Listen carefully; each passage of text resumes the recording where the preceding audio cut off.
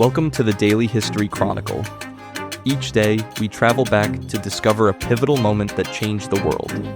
These aren't just dates and facts. They're stories of courage, conflict, innovation, and consequence that still echo through our lives today. Are you ready to explore? Let's see what happened on this day in history.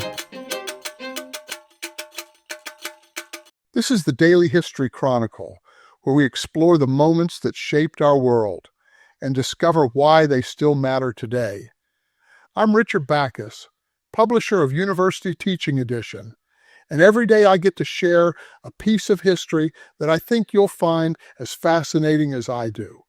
On the evening of February 27, 1933, around 9 p.m., pedestrians near the Reichstag in Berlin heard breaking glass.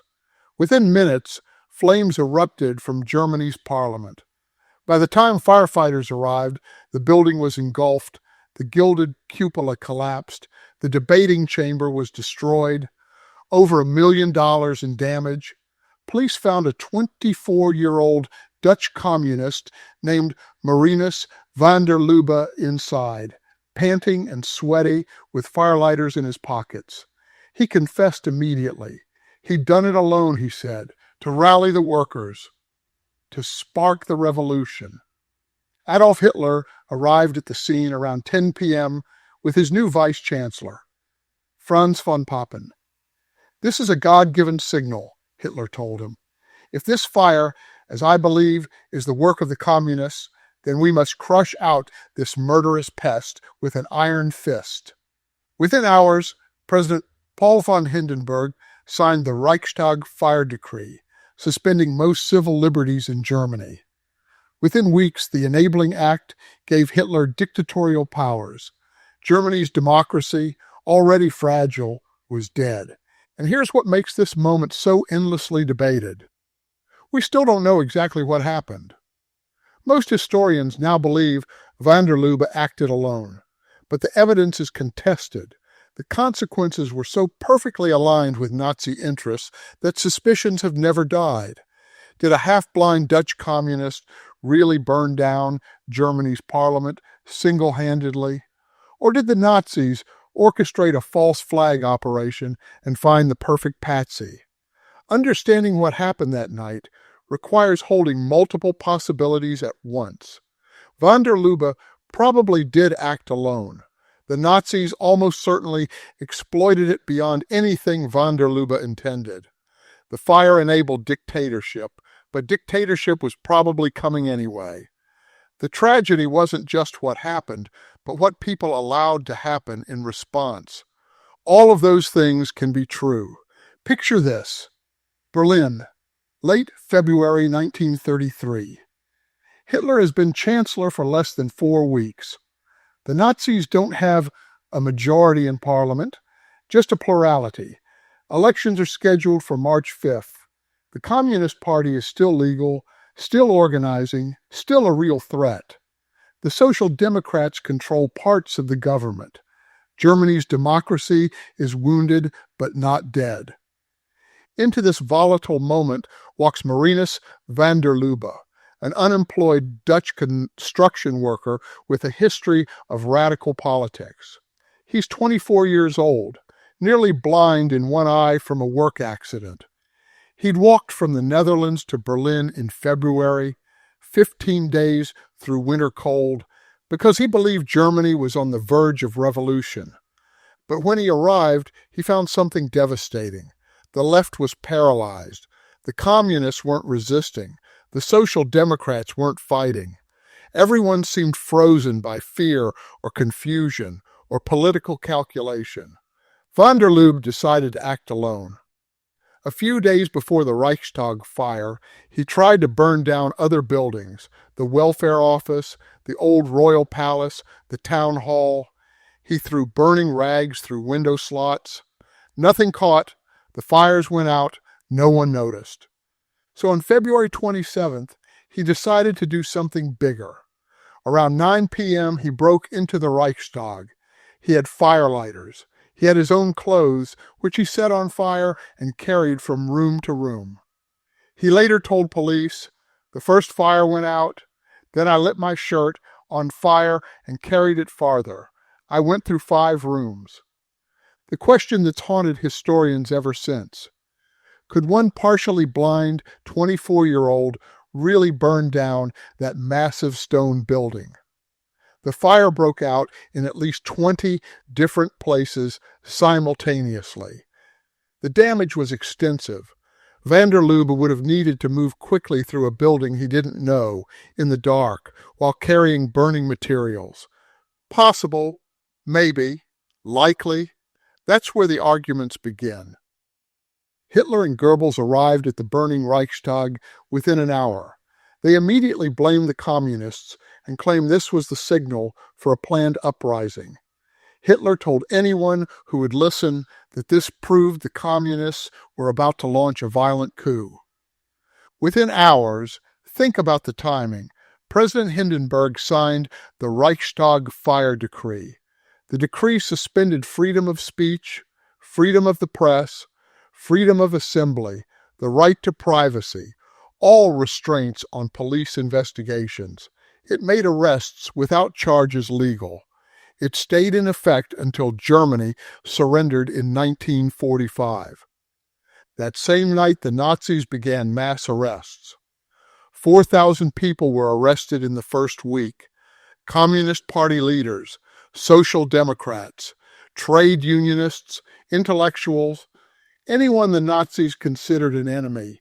These people weren't being held for trial.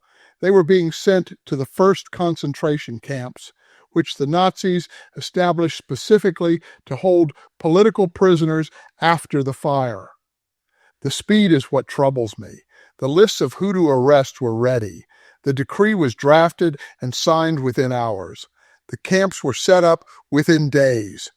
Either this was extraordinary efficiency or someone had been planning. The March 5th election took place amid terror. Communist candidates couldn't campaign. Most were in prison or hiding. Socialist newspapers were banned. The Nazis controlled the streets. Hitler's party won 44% of the vote. Not a majority, but combined with their nationalist allies, enough. On March 23rd, the Reichstag, or what was left of it, meeting in a different building, passed the Enabling Act. It gave Hitler the power to pass laws without parliamentary approval.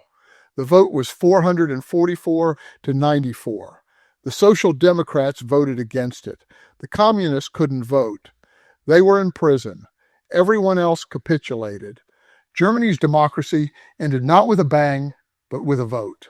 Legal, constitutional, in a twisted sense. All was enabled by the fear and chaos that began with a fire 4 weeks earlier.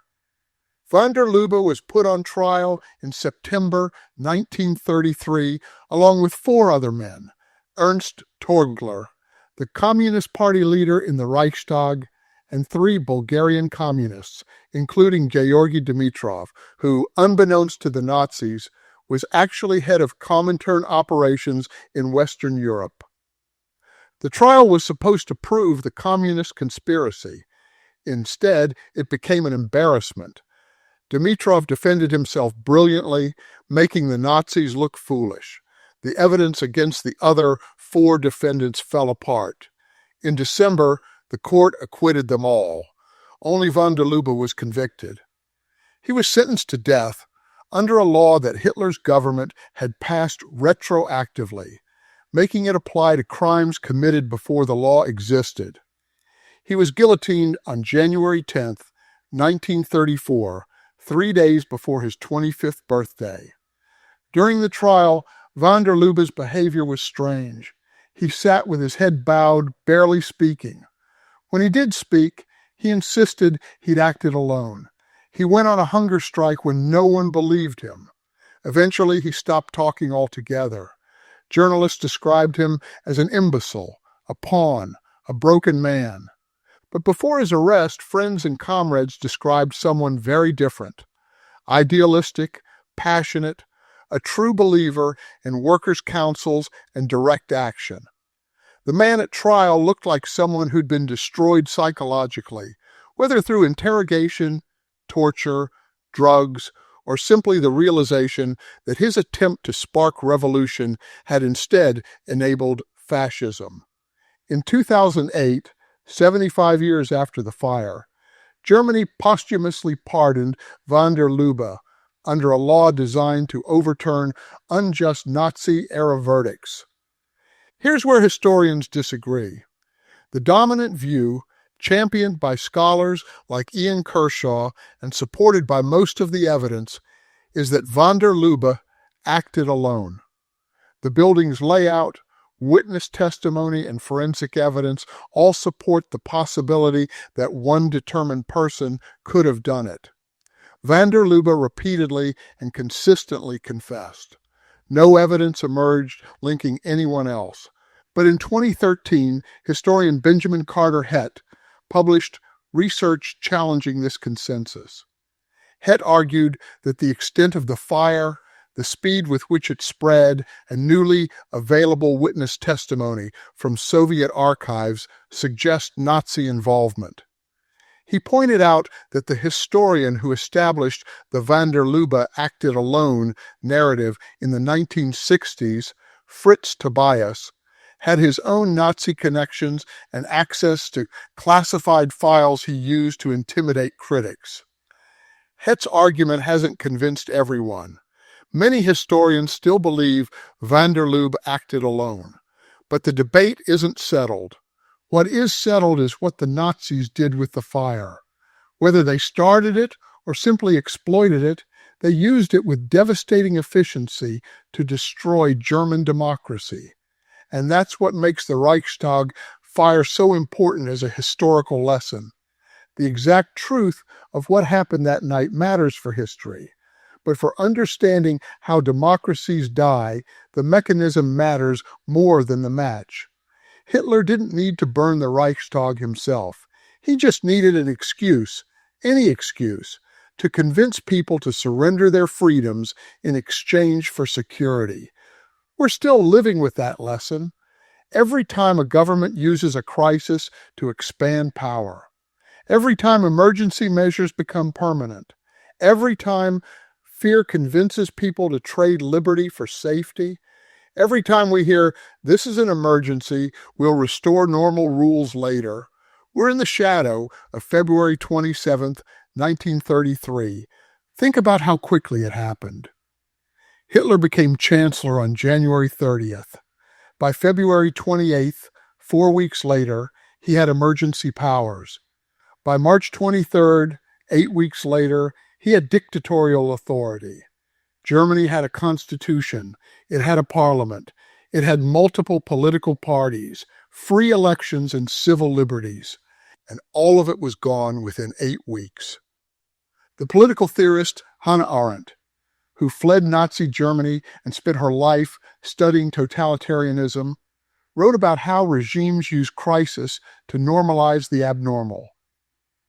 The ideal subject of totalitarian rule, she wrote, is not the convinced Nazi or the dedicated communist, but people for whom the distinction between fact and fiction, true and false, no longer exists. The Reichstag fire worked because it convinced people, or gave them permission to pretend, that the emergency was so severe that normal rules no longer applied. Communists were about to launch a coup. Violence was imminent. Only extraordinary measures could save Germany. None of this was true, but enough people acted as if it were true to allow Hitler to seize power. What troubles me most is that many Germans knew what was happening and chose safety over freedom anyway. The decree was legal. The enabling act was passed through proper procedures.